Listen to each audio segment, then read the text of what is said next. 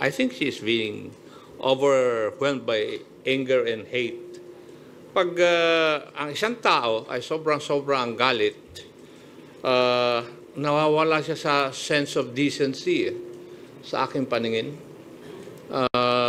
And sometimes, yung how you manage yung hate sa yung katawan at saka yung nasasaktan ka, it's also a test of your character.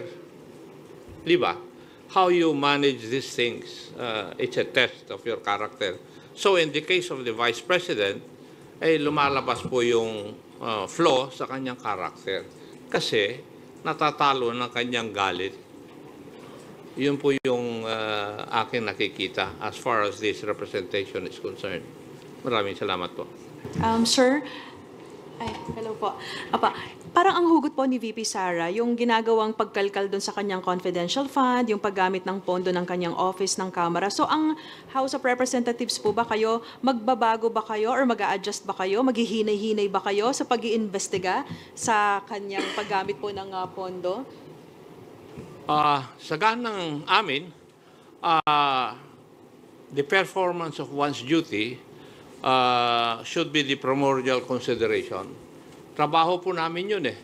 And therefore, dapat walang let up to show what really happened and so far as the confidential funds of the Office of the Vice President and the Department of Education when she was still the Secretary. Kasi pag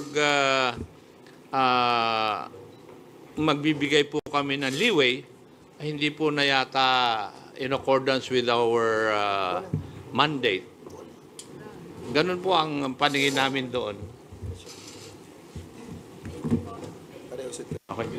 Sir, before that, we'd like to acknowledge the presence also of our Senior Deputy Speaker, Dong Gonzales. Good morning. Okay, continue. Sir, yung dito sa nakita nyo na, sabi nyo nga may meltdown, kakaiba, yung galit, ganito, ganyan.